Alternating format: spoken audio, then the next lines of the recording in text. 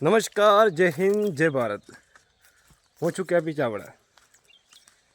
તો ભાઈ આપણે યુટ્યુબની દુનિયા પગલું માંડી દીધું. યુટ્યુબમાં વિડીયો બનાવવાના. દુનિયા ભલે કોઈ કે તો વિડીયો ચાલુ રાખવાના. મારા પરિવાર તરફથી મને ફૂલ સપોર્ટ છે અને હવે તમારા સપોર્ટની જરૂર છે.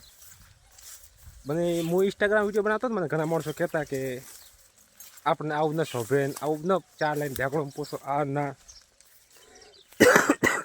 તો મારે ભાઈ હું એક વાત કહી દઉં કે ખરા ટોણે કોમ આવે ને કે અડધી રાતે દવાખાનાના દરવાજા આવીને ઊભો રહે ને એવો વ્યક્તિ, એવો માણસ તમને કોઈ કહે કે ભાઈ આ કોમ આપણા માટે સારું નથી, તો માની લેવાનું કે ભાઈ આપણા માટે સારું નહીં હોય. કારણ કે જે વ્યક્તિ આપણા દુઃખમાં આપણા ભેગો હોય અને એ વ્યક્તિ એમ કે આ કામ ખરાબ છે તો માની લેવાનું.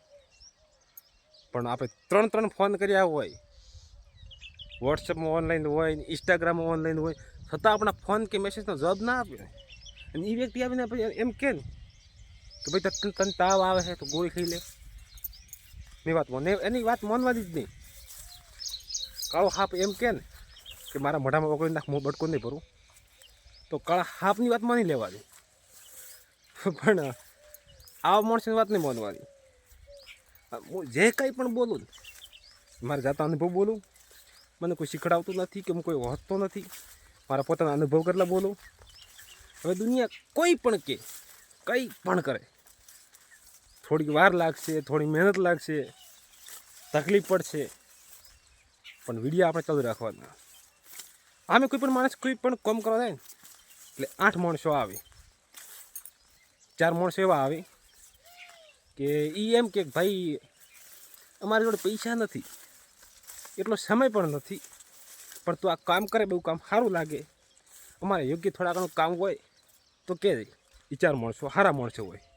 અને 4 માણસો એવા પણ હોય જે આવીને એમ કે ભાઈ આ કામ તે કેમ હાથમાં લીધું.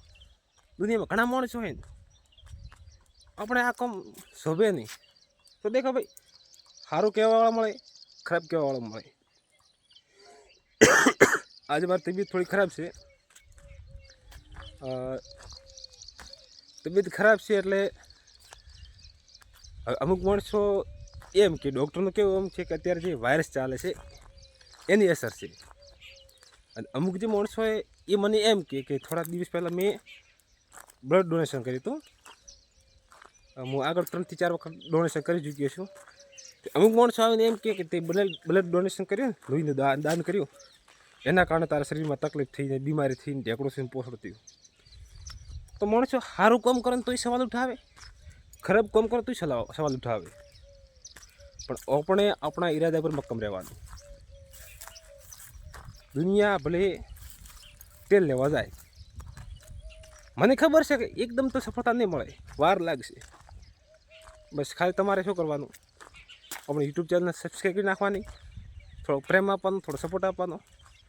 ભગવાન માતાજીની કૃપા થશે ને હું પણ કંઈક આગળ કરીશ, કંઈક બની શકીશ. મારે બીજું કોઈ જોઈતું નથી, તમારો પ્રેમ જોઈએ. તો હવે ચેનલ સબસ્ક્રાઈબ કરી નાખો. કોશિશ કરું કે સારાથી સારા વિડીયો અપલોડ કરવાની. બસ તમારો પ્રેમ જોઈએ, ઠીક છે.